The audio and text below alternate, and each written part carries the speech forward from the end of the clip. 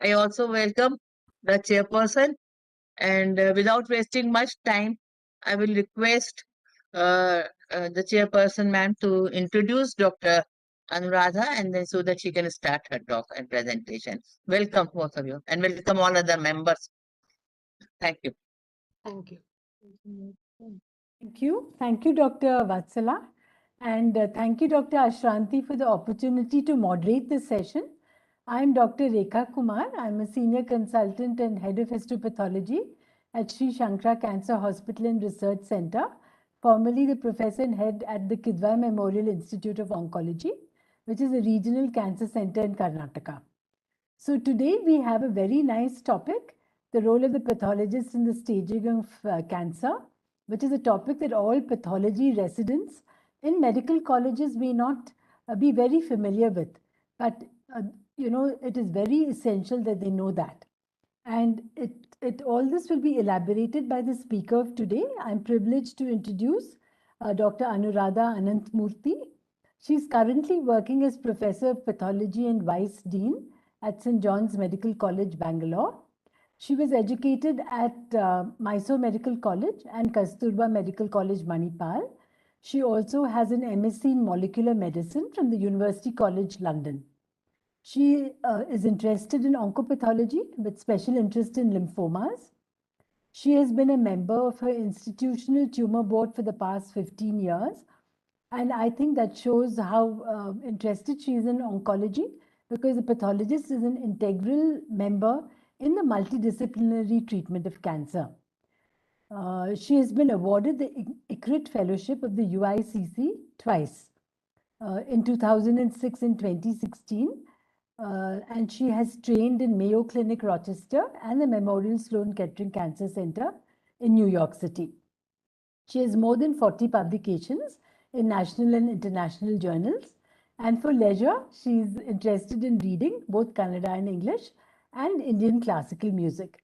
So I have known Anuradha for the past 2 decades, and I've seen her grow and mature into an accomplished pathologist and teacher. And I invite Anuradha to give her talk. Thank you, Rekha, for those very warm words. Rekha has been a teacher and mentor for me, and I'm privileged that she is moderating this session of mine. And I'm extremely thankful to IAPM for this opportunity, especially Dr. Asrantikar and Dr. Datta Gupta, who really wanted me to do this session. I did a similar session last week for my own postgraduates, and he happened to be there, and he said, no, you must do it for a larger forum, and that is why I'm here. And I'll try and do my best to give you a gist of what I think is most important for the pathologist to know in to practice as a managing and prognostication of cancers. And as Dr. Rekha said, pathologists play a pivotal role in the staging of cancers and in the management of cancers. And this is not going to be an exhaustive session on all the cancers. It is just impossible to do that in 45 minutes.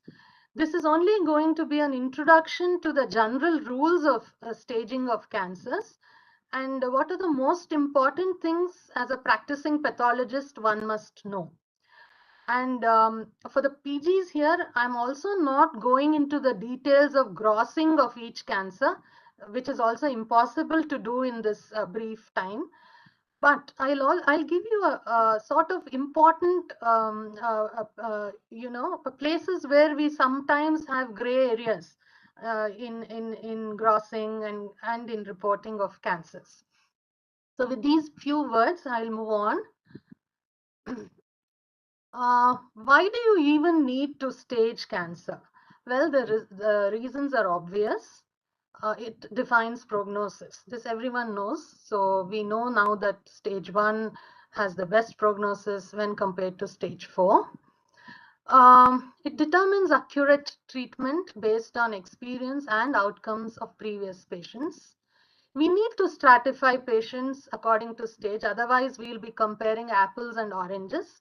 For example, you can't compare a stage 3 breast cancer with a stage 1 breast cancer in terms of prognosis or treatment. So you have to stratify them based on certain parameters.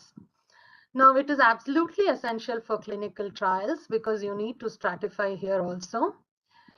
And of course, to compare results between trials and to exchange information between registries, unless you have patients grouped into stages, you can't do this. Now, you have to convey clinical experience without ambiguity at national and international levels and in your own hospital. So then you need to have stages. And of course, this is the basis for future research, both clinical and translational in cancer. So all these purposes are served by staging. And what has happened over the years is there has been a paradigm shift in our understanding of staging. This is because we have now realized, cancer researchers all over the world have realized that it is not just anatomical factors that impact staging, but also certain biological factors of the tumor. And this shift has been mostly seen in some of the major cancers that we see and treat, such as breast cancer. In today's talk, I will talk on the general principles of staging, but I would like to emphasize with examples from the two main cancers that we see. One is breast cancer and the second colorectal cancer. So I'll be, whatever examples I'll be giving will be from these two cancers. Right. Now, what are the staging systems used, all over the world?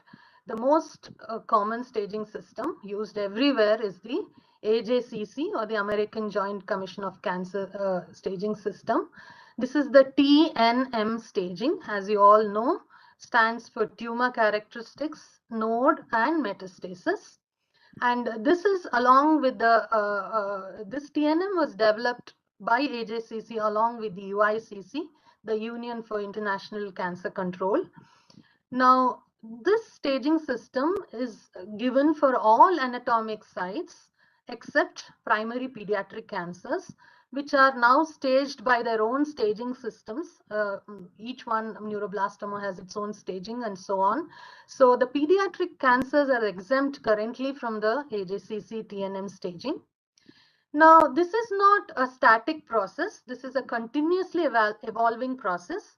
The staging systems are revised every 5 to 7 years, and this is evidence-based. This is not done arbitrarily. This is done due to the inputs from the various researchers, from the SEER data, from the epidemiological data, from the advances in the biology, the knowledge of the biology of the tumors. So the staging is revised every 5 to 7 years.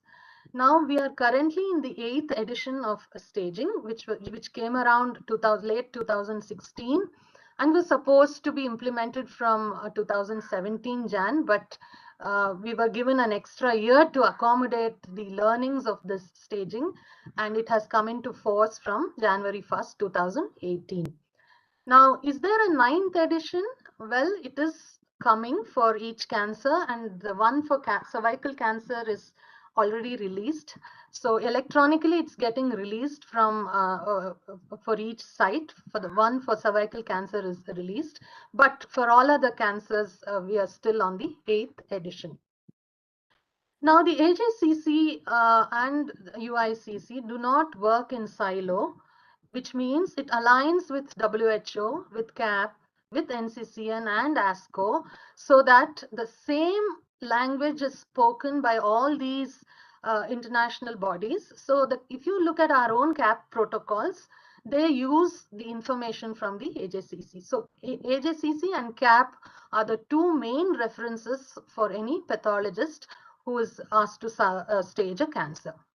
Now, as I said, the staging has evolved into, it has undergone quite a paradigm shift in its philosophy, if I may use that word, so that staging now incorporates, staging now incorporates non-anatomic factors also. So before we used to have only extent of the tumor, the size of the tumor, nodal status, and metastasis. But now we have other non-anatomic factors gone into the staging, such as for breast cancer, you have ER, PR, and HER2, and even the oncotype DX, which has been incorporated into the prognostic stage groups of breast cancer.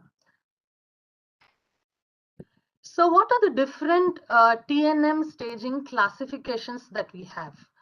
Now you might have seen this, the residents here, you might have seen these prefixes put into the TNM, like CTNM, PTNM, or YCTNM, or YPTNM, or RTNM. Now what do all these mean?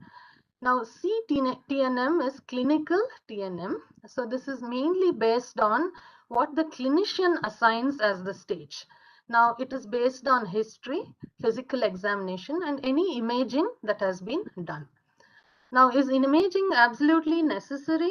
Actually, it is not. You don't need a PET scan for every patient to do a clinical TNM. Just based on pure clinical examination, one can assign a CTNM, and additional imaging may be asked based on symptoms. For instance, if the patient has a bone pain, then you may have to additionally assess for the bone with imaging. Otherwise, purely based on history and physical examination, a CTNM can be assigned. Now, what is PTNM? PTNM is where we as pathologists come in. We assign this PTNM usually on a resected specimen, and this is again based on the clinical stage information supplemented and modified by our own findings. Now, if the patient has already had neoadjuvant therapy, either radiotherapy or chemotherapy, we add an additional prefix, the Y prefix, and if it's clinically staged, it is YCTNM, and if it's pathologically staged, it is YPTNM. So as pathologists, we usually do a PTNM or a YPTNM. Now if we are looking at a recurrent specimen, we add the prefix RTNM, and in centers where they also do autopsy studies, you could assign an ATNM. Now, are these watertight compartments? They are not. For instance, a CTNM categorization can be based sometimes on some pathological findings, and the PTNM can use clinical findings to assign the PTNM categories. As we go along, I'll give you some examples. Okay, now what are T, N, and M? We loosely say T stage, N stage, and M stage, but actually they are categories. The correct word to use is category. So T, N, and M are categories. T refers to the size or extent of the tumor. Now, T actually refers to tumor characteristics. Now, in a solid organ, it's usually the size, such as in breast. So, T is stratified according to the size of the tumor. Whereas in hollow organs, such as the GIT, it is the extent, to which extent the tumor infiltrates the wall of the gut. Now, N refers to the regional lymph nodes. Now, I'm stressing this for the benefit of the postgraduates here. Now, it always refers to regional lymph nodes. For each cancer site, there are regional lymph nodes that are defined.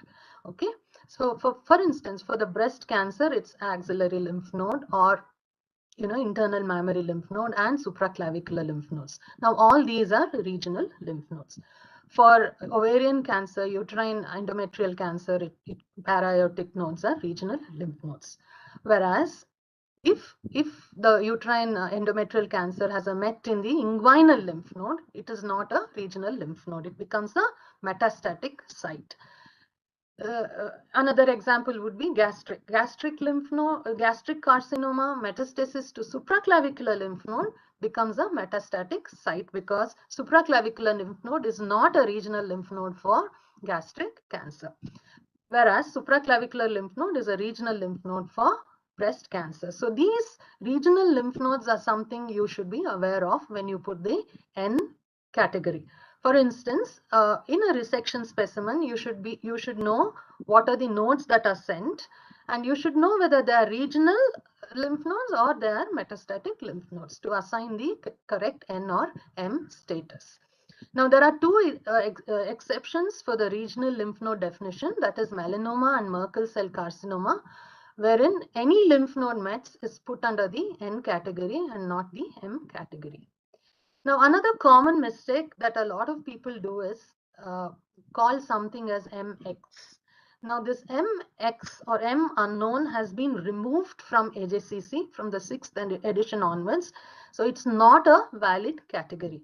Either you know that metastasis is present, so you put a CM1, or you know that metastasis is not there clinically and you put a CM0. So, you put a CM0 when there is no metastasis. And if you think clinically there is metastasis, you put a CM1.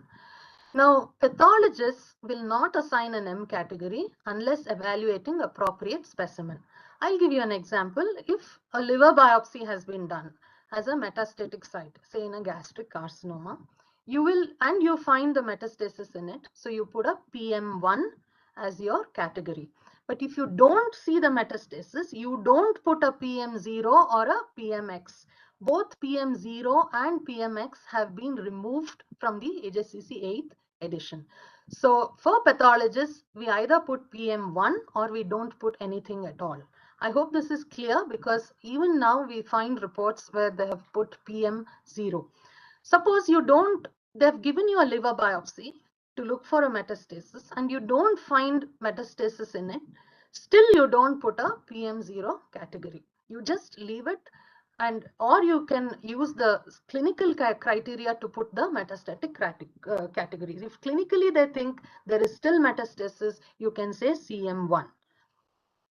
Right. Now, these categories are in turn grouped into stage groups. So we'll come to that a little later. So let me reiterate this. There is no MX, there is no PM0, or there is no PMX. It is either PM1, CM0, or CM1. Right. So we move on to other general rules of staging. In a cancer, do you always require microscopic confirmation? Usually, yes. In all cancers, we require a microscopic confirmation, but there are exceptions. Sometimes, rarely in a lung cancer, which cannot be biopsied on CT scan, if you're 100% sure, then the clinician may go ahead and stage it like a lung cancer, even without a biopsy confirmation. Many hepatocellular carcinomas are not biopsied at all if they present with typical features such as the background of cirrhosis with portal vein thrombosis and a raised AFP. Now, these are just exceptions, but most other cancers, a pathological confirmation is necessary. Suppose you have a doubt among the TNM categories, whether it belongs to higher T category or a low T category, or a higher N category or a lower N category. The rule is always assign a lower category. So always go with a lower category if you have a doubt. And what's the time frame or the staging window we look at? It is usually 4 months after diagnosis. So 4 months is taken as the cutoff to define your synchronous and metachronous tumors, or to define cancer progression. Right. Now, sometimes there are multiple tumors occurring in the same organ. We see that sometimes in the breast, in the same side breast, you have two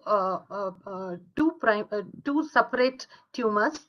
So which becomes a synchronous primary tumor in a single organ. So we can use a suffix M, which indicates multiple, to assign the T category in these cases. Now, if they occur in paired organs, suppose a patient presents with bilateral breast cancers, then both the cancers are staged separately. So for breast, lung, and kidney, the cancers are staged separately if they come with synchronous primary tumors. Exceptions are ovary, wherein it is staged as one cancer, and the 2 lobes of the thyroid. Sometimes in lung, there is a doubt whether it's a met from the other lung, but usually this is a rare situation. If there are two different tumors in both the lungs, these are usually synchronous primary tumors and they are staged separately. Now, what is a metachronous tumor? Metachronous tumor is a tumor that occurs outside the staging window. For instance, if you have cancer in one of the organs and it has completely resolved with therapy, and the patient comes back with a tumor, say 10 years later in the same organ, it becomes a metachronous tumor. So I hope these definitions are clear. Right. For pathological staging, usually we need a surgical resection. There are some exceptions. I'll come to that. And the criteria is surgery is the first therapy. If it is after neoadjuvant chemotherapy or radiotherapy, I told you we use a prefix which is Y. Why do you have to do pathological staging? Again, it's for the same reasons. Pathological staging gives a lot of information regarding prognosis and outcomes, and it will guide subsequent therapy. Now, as I said before, pathological staging is a synthesis of clinical, operative, and pathological findings. As pathologists, we give the T, N, and M categories, but sometimes the final stage is assigned by the clinician as a synthesis of these findings. Okay, now there are some situations where we get stuck on how to put the pathological T. Suppose I'll give the example of colorectal cancer. You have cancer going just up to the muscle, and then you have a lymph node sitting in the pericholic fat just adjacent to that muscle, and the tumor is extending into the lymph node. It seems as though the tumor is directly infiltrating into the lymph node. Now, does this become a T3 or do you assign a N category to it? Now, the general rule is, even if it looks like it's a direct extension into a lymph node, we assign an N category. So it becomes a T2 and a N1 in case of colorectal cancer. Now, in another situation, if there is direct extension into another organ, for instance, if it's a right-sided colonic cancer, which has extended directly into the liver. Now, do you assign an M category? Do you call it a MET into the liver, or it becomes a T4 category? Here the answer is it becomes a T4 category. This is very important because sometimes we face these situations and we don't know in which category to put these tumors. Now, in stage groupings, you see certain things, statements such as NET. Now, what does NET mean? It includes all categories, including TX and T0, but it does not include TIS, which is in situ carcinomas. Now, the residents in this audience, you might have wondered, what is this T0? Now, there is no tumor at all. Then what are you calling as T0? Now, sometimes what happens is you see a metastatic node. This happens a lot in the head and neck region, where you find metastatic lymph nodes, cervical metastatic lymph nodes, but you cannot find a tumor anywhere in the head and neck region. You know this is from the head and neck region. It's a squamous cell carcinoma, but you can't find a primary. So it used to be assigned a T0 for head and neck cancers, but with the 8th edition, this has changed a bit. In the sense, there is a separate staging for neck nodes, head and neck lymph nodes. So the T0 has been eliminated from head and neck cancers, other than those for HPV related cancers and EBV related nasopharyngeal cancers. But T0 remains for other sites. For example, in the axillary region, you have nodes, which is consistent in all features with a metastatic breast carcinoma, but you can't find a primary in the breast. It happens in some situations. So the primary of the breast is a T0, which means there is no primary in the tumor, but there is a met in the axillary lymph node. So this becomes a T0N1. Now we don't put this T0 category for poorly differentiated carcinoma, which is not specific for any primary and no actual site is identified. Then we don't put it as T0, but we put it as TX or the unknown T. Now, what is stage D0? T0 should not be confused with stage 0. Stage 0 is a separate entity which usually denotes in situ carcinomas. Right. Now, I'll give you some examples from breast carcinoma. I hope you can see this slide. It appears a little small on my screen. This is from the CAP protocol of breast. Now, suppose you have a tumor, an invasive carcinoma with a lot of DCIS around it. Now, how do you determine the T size? Do you include the DCIS? No, you don't. You only measure the invasive component. So this is very clear. You don't measure the DCIS, you only measure the invasive component. Now, suppose a core biopsy has been done for the breast tumor, followed by a resection. Now, how do you determine the T size? Do you add the two? No, you don't, because the core probably has come right from the center of the larger tumor. So you actually don't add the two. Okay, use your best judgment. Probably you will take whichever is larger, you will take that as the T size. Suppose there are biopsy site changes around the invasive carcinoma. Do you add those change the fibrosed area? Now, this is a matter of sometimes a debate, so you don't know whether to add this or not. Usually, it is not added. The pathologist uses the best judgment of clinical findings and the pathological findings to assign the T size. Suppose there are multiple tumors in the breast of different sizes. Don't add up all of them. Just take the size of the largest tumor. Now, this situation is tricky, wherein you have multiple tumors, but then two tumors seem to be stuck to each other or very close to each other. Do you consider them separate or you add it up? I'll come to that a little later. Now, right, so this is the situation in breast cancer wherein you have two tumors very close to one another. Now, how close is close? Can you consider them as one?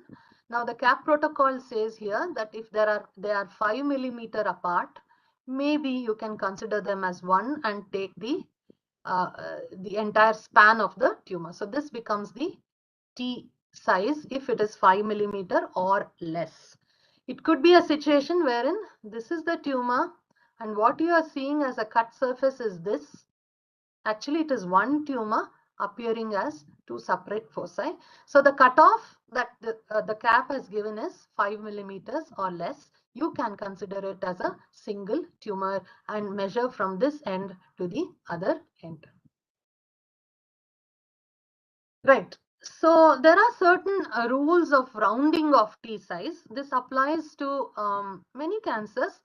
But in breast, it's slightly different when you have a tumor 1 to 1.9 millimeter.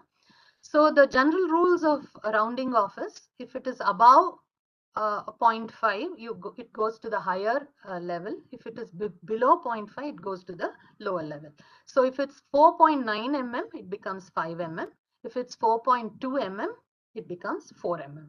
Now there is one exception in breast, that is any tumor between 1 to 1.9 mm, any tumor, whether it's 1.1 or 1.8, is rounded off to the higher, which is 2 mm, because you would rather put it as T1A rather than T1 microcarcinoma, which has other implications. So you would rather overstage this in this instance and make everything out above 1 millimeter as 2 millimeters rather than bring it down to a microcarcinoma. I hope this concept is clear. Okay, so let's just take on 2 case scenarios. The first, it's a 30-year-old female patient with a mastectomy, shows 2 tumors. The larger is 3.5 into 2.5, smaller is 1.7. So what is the T category? You're not going to add up both of them. You're going to assign the T category based only on the larger tumor, and it's going to be called a T2. Now, there is the second scenario is a 30-year-old female patient with bilateral breast cancer. Right side is 3.5 into 2.5 and left is 1.7 into 1. Now, how do you stage this? So, you consider both these as separate tumors and it becomes T2 on the right side and T1 on the left side. Now, the other important aspect of looking at any specimen is the margins, where we sometimes have problems on how to define a positive margin and and what impact does it have on T category. Now, margins are defined for each cancer. So, for each cancer, what is a positive margin is defined. For instance, for breast wide excision, you have to see tumor on the ink. Now, even if the tumor is 0.5 millimeters within the ink, it is called a free margin. Whereas in rectal cancer, there is a radial margin which has to be at least 1 millimeter away. So anything less than 1 millimeter becomes a positive margin in rectal cancer. So for each cancer, it is defined. Now, how does this positive margin have an impact on T? So does it really have an impact? Does it change the T size? No, it doesn't. For a microscopic positive margin, it has no impact. So it remains the same. But if the surgeon tells you that macroscopically tumor has been left behind in the patient, then we may have to use available pathological and clinical information to assign the T category. Because if you just base it on your pathological finding, you may actually be putting a lower value because grossly tumor has been left behind in the patient. So microscopic positive margin has no impact on T. Right, a little bit about colorectal cancer and the radial margin in colorectal cancer, because I find that the PGs have a lot of confusion in this aspect. Now, the GI tract has different parts, as we know, and the colon has different parts, as we know, and each of these parts have different peritoneal reflections.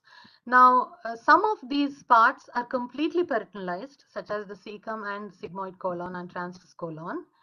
Some are partially peritonealized. The rectum has different peritoneal coverings according to whether it's upper third, middle third, or the lower third. For instance, the lower third of the rectum does not have any peritoneal covering at all. Now, depending on that, the radial margin changes for each location. For instance, if you see here, this is a completely peritonealized structure, and the surgeon would have cut on the mesenteric tie. So this becomes the radial margin in a completely peritonealized structure. Now, in this structure, maybe this is ascending or descending colon, which is in the posterior aspect not peritonealized. This is the raw. This is the radial margin, and this is the serosal surface.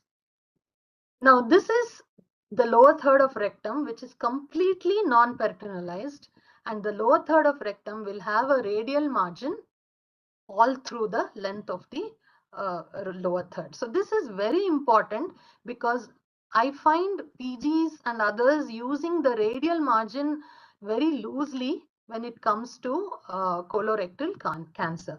Now, the serosa is strictly not a margin. It's a serosal surface. And the radial margin is very important in colorectal cancer because most of the rectum, in rectal cancer, sorry, because most of the rectum from the upper third to the lower third has different parts which are non-peritonealized.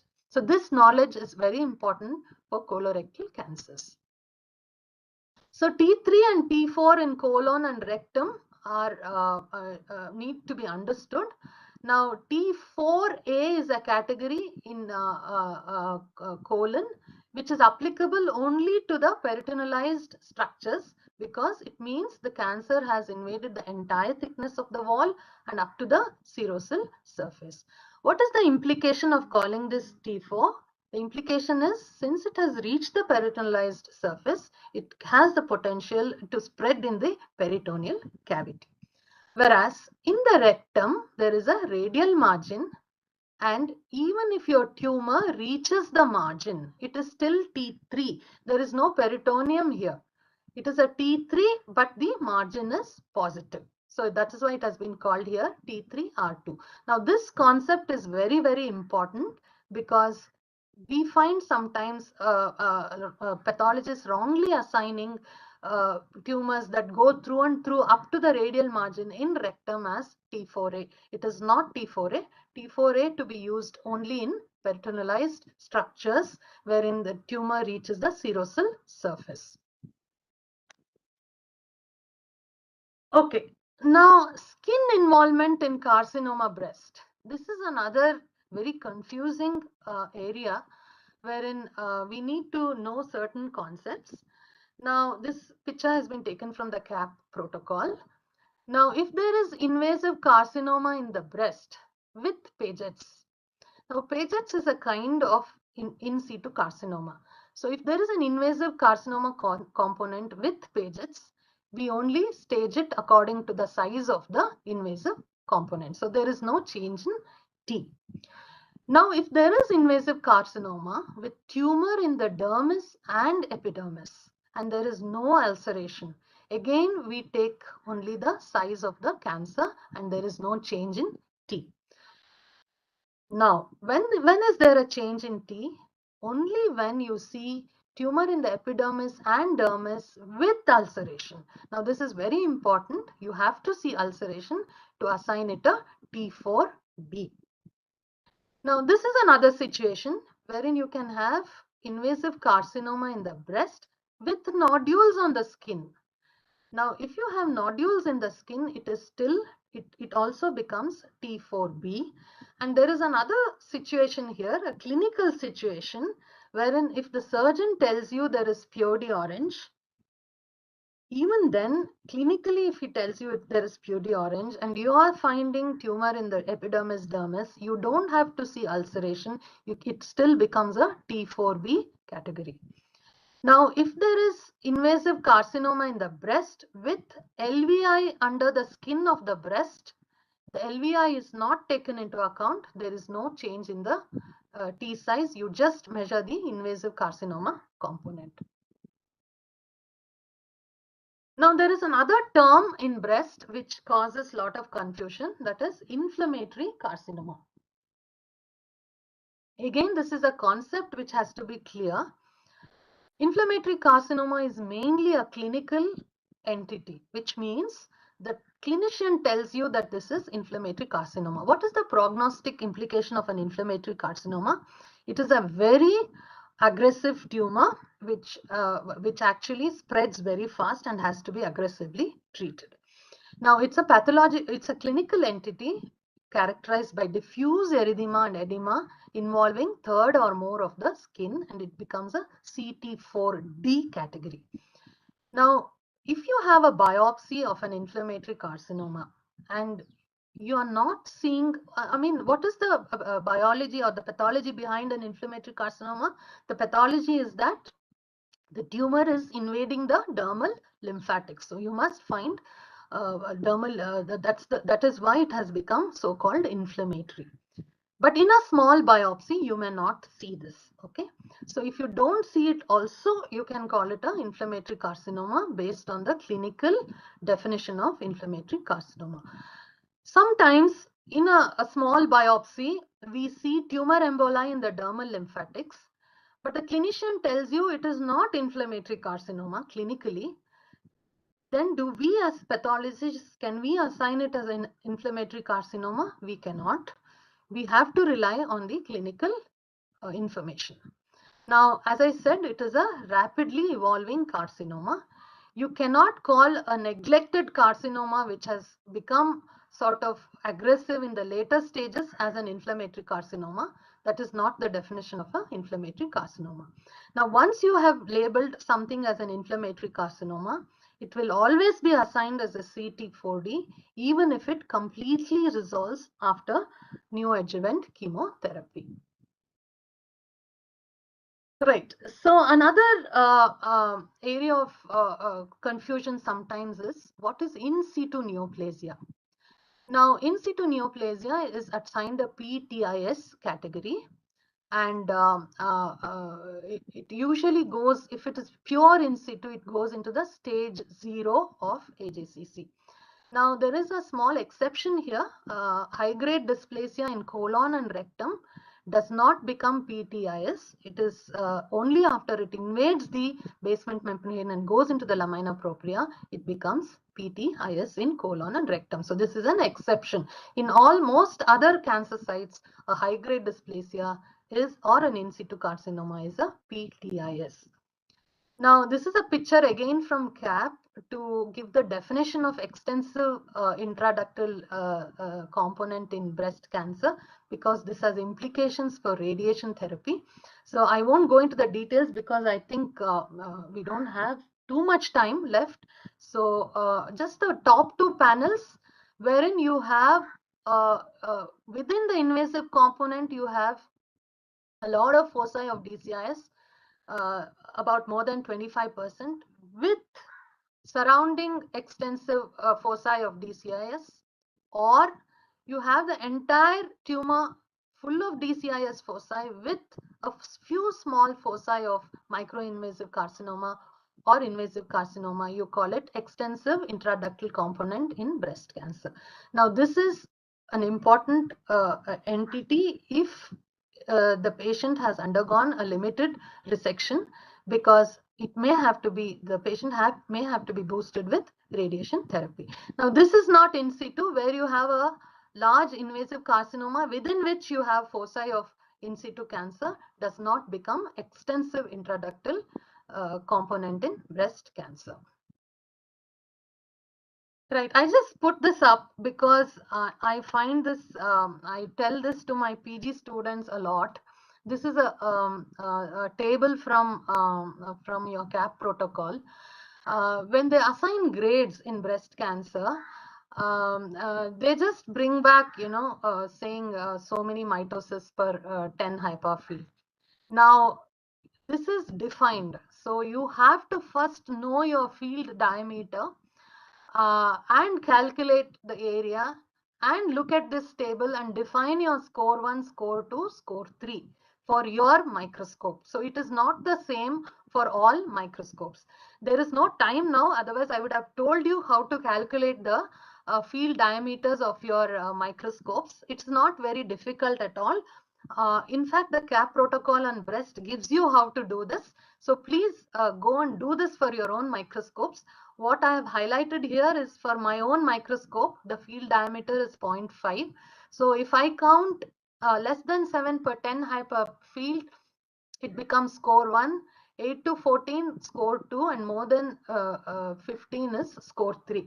I just saw on the chat someone asking me how to calculate. There are 2 or 3 ways of doing this, 2 ways, at least I know 2 ways. One is there is a small number written on your eyepiece. So in my eyepiece, the small number written is 20. So what it means is, if I am on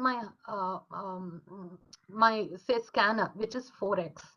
Now 20 by 4. So my scanner has a field diameter of 5 mm. My low power has a field diameter of 2 mm, and my high power has a field diameter of 0.5 mm. So this is the easiest way of doing it. The other way of doing it is to put a ruler under your eyepiece and count the number of mm's that spans across the field. So that also gives you a rough idea on the field diameter of your objective lens. So, but if you see the CAP protocol, he even tells you how to calculate this. So what I have given below is my own microscope, and what I have given above is the microscopes used by our PGs, which has a field diameter of 0.42. So for them, it's a different score. So this becomes important not just in breast cancer. Please do this for your own microscopes, because even in other cancers such as NETs, where you have to calculate the number of mitosis per mm squared, this becomes important.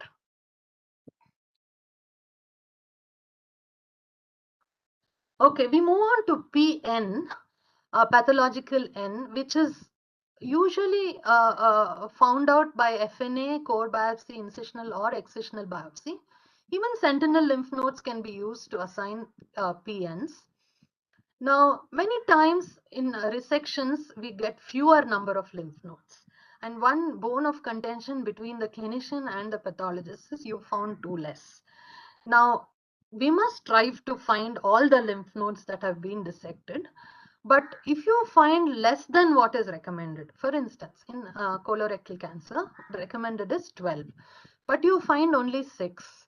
Now, if you find only 6 lymph nodes and they're all negative, can you still assign an end stage? You can. Okay, so you can assign an end stage even if you have found only 1 lymph node. But I mean, go back to the specimen and try to search for more. But it is not as if we can't assign an end stage if we have fewer lymph nodes. Now, what are the different factors we look at in a PN? We look at the number, we look at the location, and we look at the size. Now, again, when I say size, there are 2 things that we need to keep in mind. In some cancers, it's the size of the node which is important. And in some cancers, it is the size of the metastasis. Now, in breast cancer, it is the size of the metastasis. Right. Now, this is another area which sometimes causes confusion. There is a rounded area in the, this is not so rounded, but we can, think it is quite rounded here.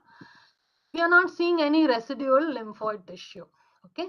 Suppose this is in the drainage area of cancer.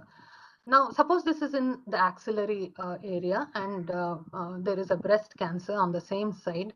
Now, can we consider this a lymph node? For breast, you can consider this a lymph node if there is no adjacent breast tissue around the deposit. Now, only in the case of colorectal cancer, these deposits have a separate designation as nodal deposits, and if only nodal deposits, cancer deposits are found without lymph nodes in colorectal cancer, it goes into a N1C category. But for all other cancers, if there is a rounded deposit in the drainage area, it could be taken as a lymph node, even if you don't see lymphoid tissue. Now, this is the colorectal cancer I was talking about. Now, if you find a deposit here in the fat without residual nodal tissue, if you can say for sure that this is not a lymph vein or a big vessel, if it's a rounded structure, even without lymphoid tissue, it becomes a tumor deposit. Now, what is a sentinel lymph node? Sentinel lymph nodes now have become standard of care for many cancers. Now, sentinel lymph node biopsies in the absence of a complete dissection can be used to assign an N category. You may have to put the suffix as SN.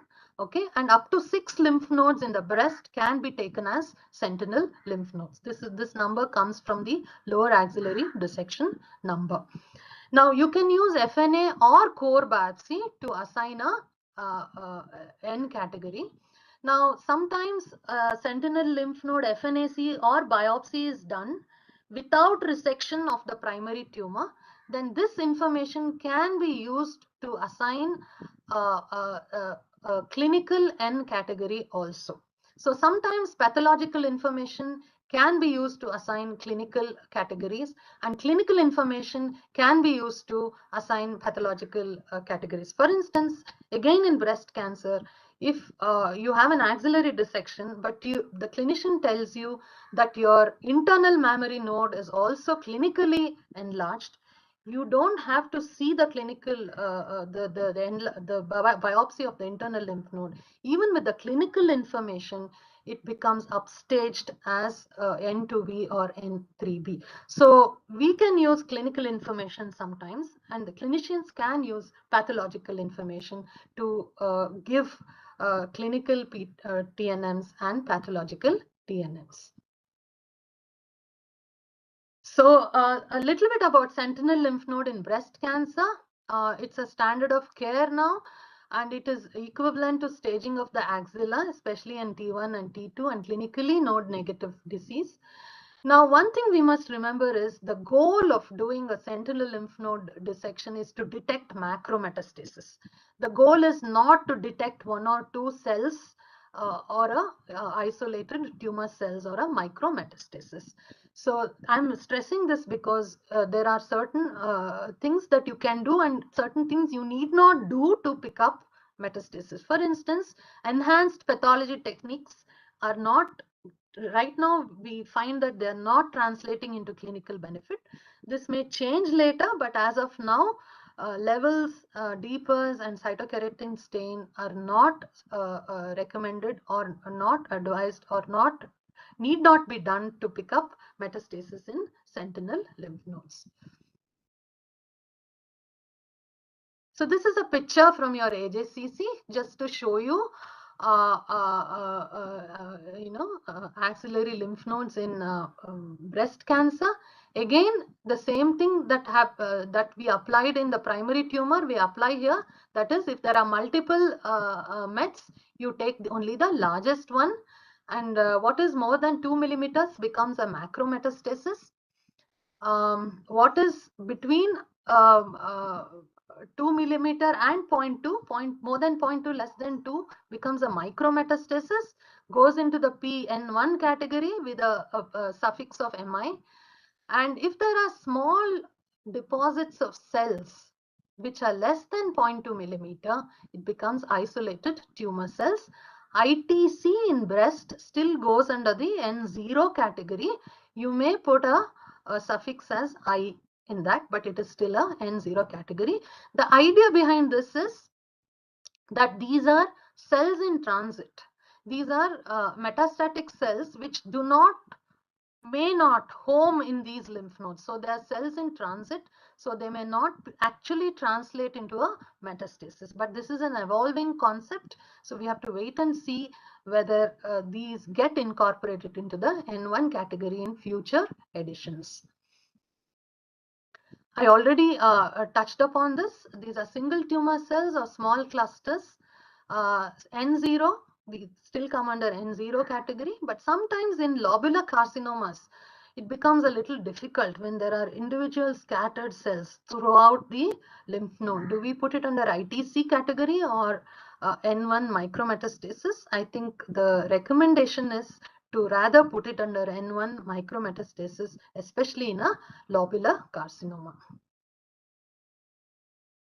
Now, another concept that we need to know is extranodal extension. Now, in head and neck cancers, it can impact staging. It gets upstaged if there is extranodal extension. The N category gets upgraded. Now, if there is a regional lymph node metastasis and it invades into an organ, it does not become a metastasis but becomes an extranodal extension.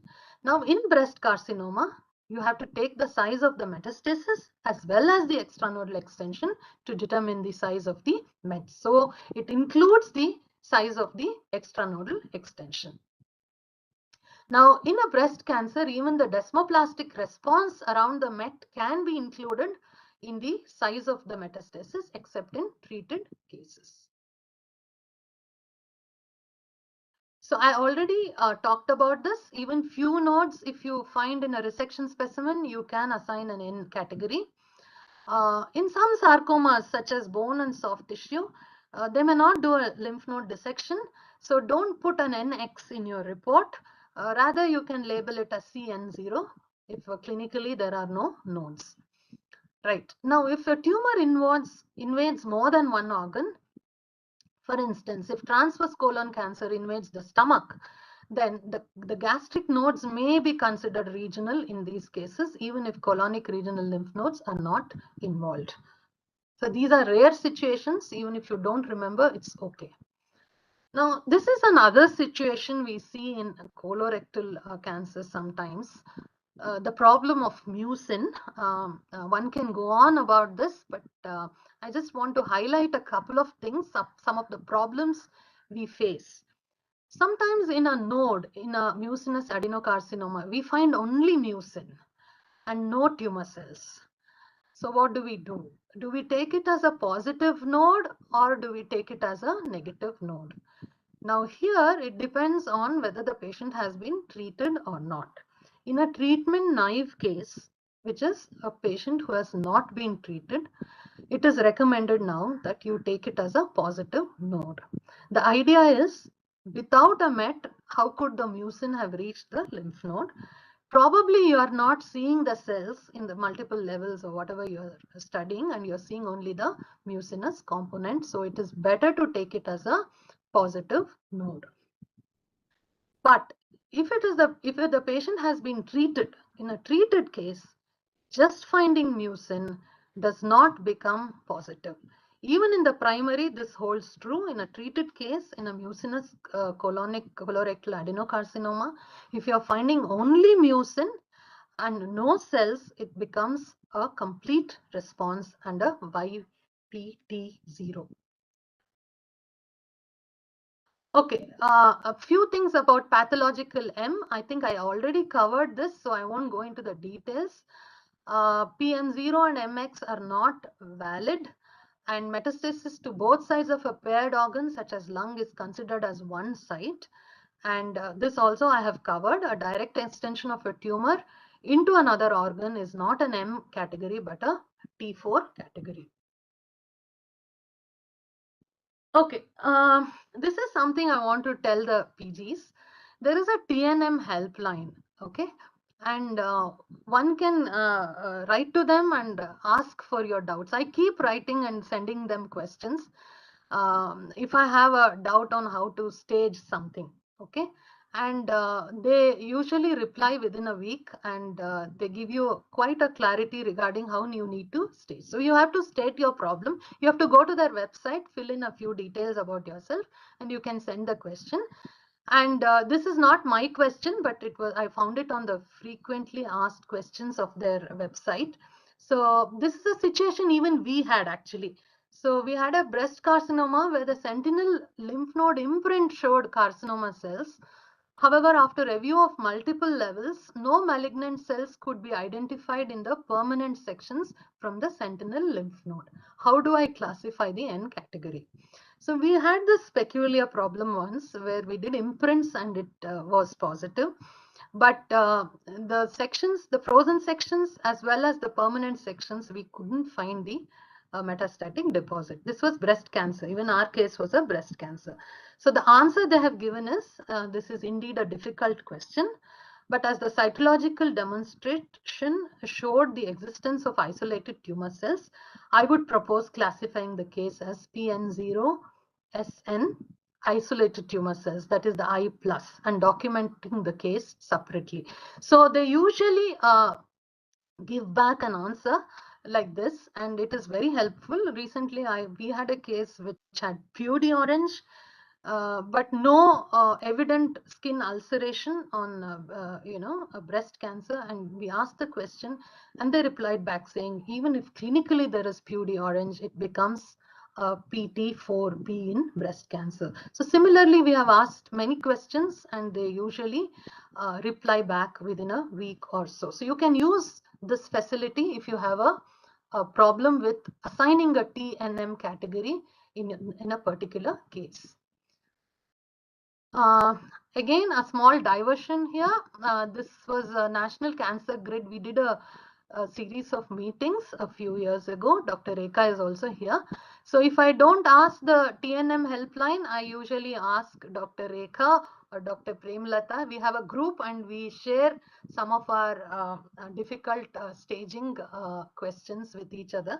So you can communicate with others and they can help you with the staging information. A little bit about post-therapy classification. What is a YTNM? YPTNM usually uses clinical information, operative findings, and pathological evaluation. And this is very important because it guides use of further therapy. Now, M category never changes even if it is after treatment. Okay. Now, if there is complete pathological response, it becomes a YPT0, YPN0, and CM0, but it is not stage 0. I have just a few more slides and I'll finish, just 3 or 4 slides. Response to neoadjuvant therapy in breast. A little bit about this. It could be complete, partial, or no response. Many systems are used in breast cancer, but in our institution, I use the AJCC categories. Now, sometimes it is difficult to assign a certain category because there are some situations such as there is no residual tumor mass in the breast, but there is only LVI. We have seen this in a couple of cases. It was not an inflammatory carcinoma, but only the LVI has survived the therapy. Now, what do you do? So it becomes YPT0 because there is no mass there, but it's not a complete response. You can't give it a complete response category. Now, even if you find isolated tumor cells in the nodes, again, it's not a complete response. But if you find only DCIS and no invasive cancer, it becomes a complete response. As I already said, in colorectal cancer, only mucin and no cells becomes a complete response. This is the picture of the case we had post chemotherapy. Only LVI were found, but there was no tumor mass within the breast tissue. So we gave it as a YPT0, but partial response. Yes, so the TNM categories are further grouped to form the prognostic stage groups. Now, I already talked about this. You can do an anatomical stage grouping just using TNM. Now, for breast cancer, a separate prognostic stage group has been formed because we are using biological data such as ER, PR, HER2 to assign the stage. For certain cancers such as prostate and testis, we are already using PSA serum markers, the grade grouping, the Gleason's group. For testis, we use serum markers to assign stages. So we are already using biological data to assign stages in different cancers. And this is only going to increase as we understand biology of cancers more and more. Okay, this is just a page from the TNM for breast. I've just highlighted the T1N0M0. Just using the anatomical data becomes a stage 1A in the AJCC anatomical stage grouping of breast. And T2N0M0 becomes a T2A.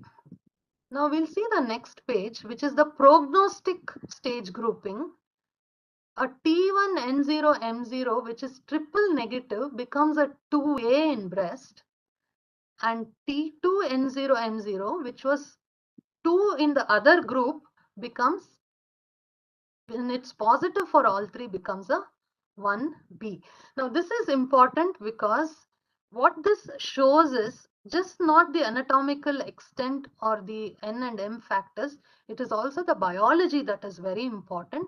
And this is gaining more and more importance as we are now seeing very early breast cancers which behave differently. You know, they may be all be T1, but each one behaves differently, T1 or T2. They behave differently, and this is based on the biological properties of the tumor and the biomarkers that they express. So we now know that even a small tumor of the breast, which is triple negative, has a worse prognosis than maybe a T2 or T3, which is triple positive. So these things are now a patient-based approach, individualistic patient-based approach is gaining precedence over a population-based approach in cancer staging. Right. So this is my last slide. In conclusion, we can say that the pathologist plays a pivotal role in staging of cancers, thus guiding prognostication and management. It is important to be aware of the broad principles of staging. The AJCC manual and CAP protocols addressed almost all issues of staging and must be the references for specific cancer sites. We must remember that we are also surgical pathologists and we must strive to give comprehensive and complete reports, including pathological TNMs for cancer resections. Communication with the treating clinician is very important. Stages are assigned with the combination of clinical and pathological factors. This is my last slide. Before COVID happened, I was lucky enough to go to the Amazon forest with a group of friends. For everyone, Amazon means the star of the Amazon, that is the anaconda snake. But then there are also a lot of these small species in Amazon, especially a lot of variety of frogs. All sizes, they come in all sizes and shapes, and they are very important for the ecosystem of the place. Why I put up this slide is, as pathologists, only sometimes we see very exotic lesions or we make difficult diagnosis. But in our routine practice, it is these small things like, is the margin positive? Is this a macromet or a micromet? Now, what stage do I assign to this breast cancer? I've seen only mucin here, there are no cells. So what stage, what does it become as a T stage? Now, these are some of the usual routine questions we face. And we must be really thorough on these things also, because this is our routine practice and it makes a huge impact for patient management and prognosis. So with these few slides, I thank the organizers for this opportunity. I especially thank Dr. Dattagupta and Dr. Vatsala Mishra and Ashrantikar for giving me this time slot to talk to the PGs. And a special thanks to Dr. Rekha for moderating this session. And if there are any questions from the PGs, I'll be happy to take. I'll start by thanking Anuradha for a wonderful talk, very clear, very lucid, well presented, educative, informative, and you covered so many issues, some of which are, maybe confusing for residents. And I especially like the fact that you mentioned how to calculate the area of each one's, high power objective. Yeah. Because now we know that the millimeter squared, so mitotic figures per millimeter squared is what is coming in rather than 10 high power fields. So everyone needs to know. So your 10 high power fields may be just 5 high power fields to get the 1 millimeter squared area. So I think that is very, very good. So before I ask others for questions, I just wanted to highlight one thing, which is the importance of grossing.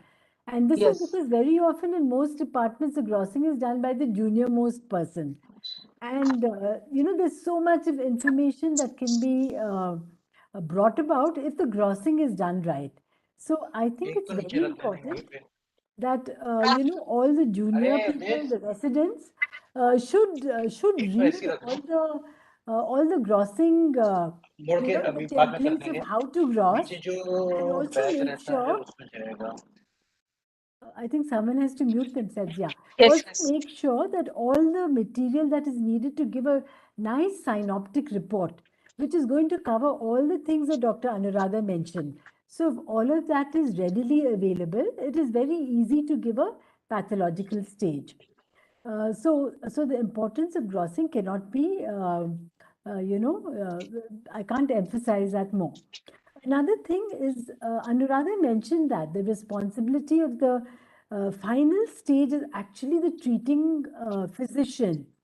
So what has happened is actually there was an update in June 2021, which also tells us not to write a PTX or a PNX. Just because we don't have information about that. So leave that to the treating physician to do what he does, because he may have ultrasound, information that we may not have.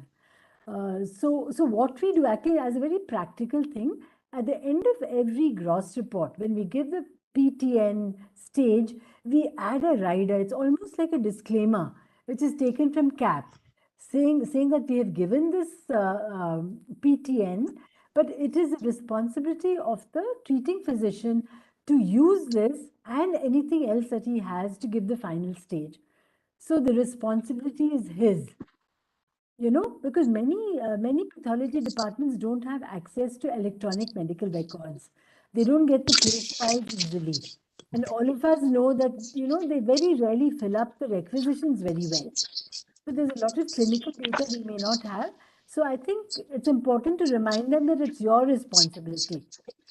Things like, intraoperative tumor spill in an ovarian cancer resection, or invasion of muscle in a thyroid cancer, differentiated thyroid cancer. We may never know that because in our specimen, the muscle is not there. But the intraoperative notes would give that. So we give an opportunity to the treating oncologist to give the final thing, which will use our material, but also something more which we may not have access to. Yes. That is just something I thought all the PGs should Absolutely. know. Yeah. And also another thing is, many times there's so much of shrinkage after formalin fixation. So especially in the larynx. So you may find there's 30% change in the T stage. So it is a good thing for all residents to measure the tumors in the unfixed stage. And then you find it correlates much better with the measurement on MRI or any other imaging modality that was used earlier. So those are just small things. Another thing is, I think for breast, residual cancer burden, which is an online thing that can be done from the MD Anderson, we have found that very useful and very, it can be used easily. So that is also something that one can use for staging breast cancers that have been treated with neoadjuvant therapy. So those were just a few comments. Another comment about cancer registry. So again, the importance, Anu, you mentioned that, how important are cancer data for the registry, and that we can't, we must repeat that often, because sometimes that is the only staging. If the clinician has not given an overall stage, the only categories of PTN that we've given is what the registry goes with. It's not complete, but that is something that we have provided.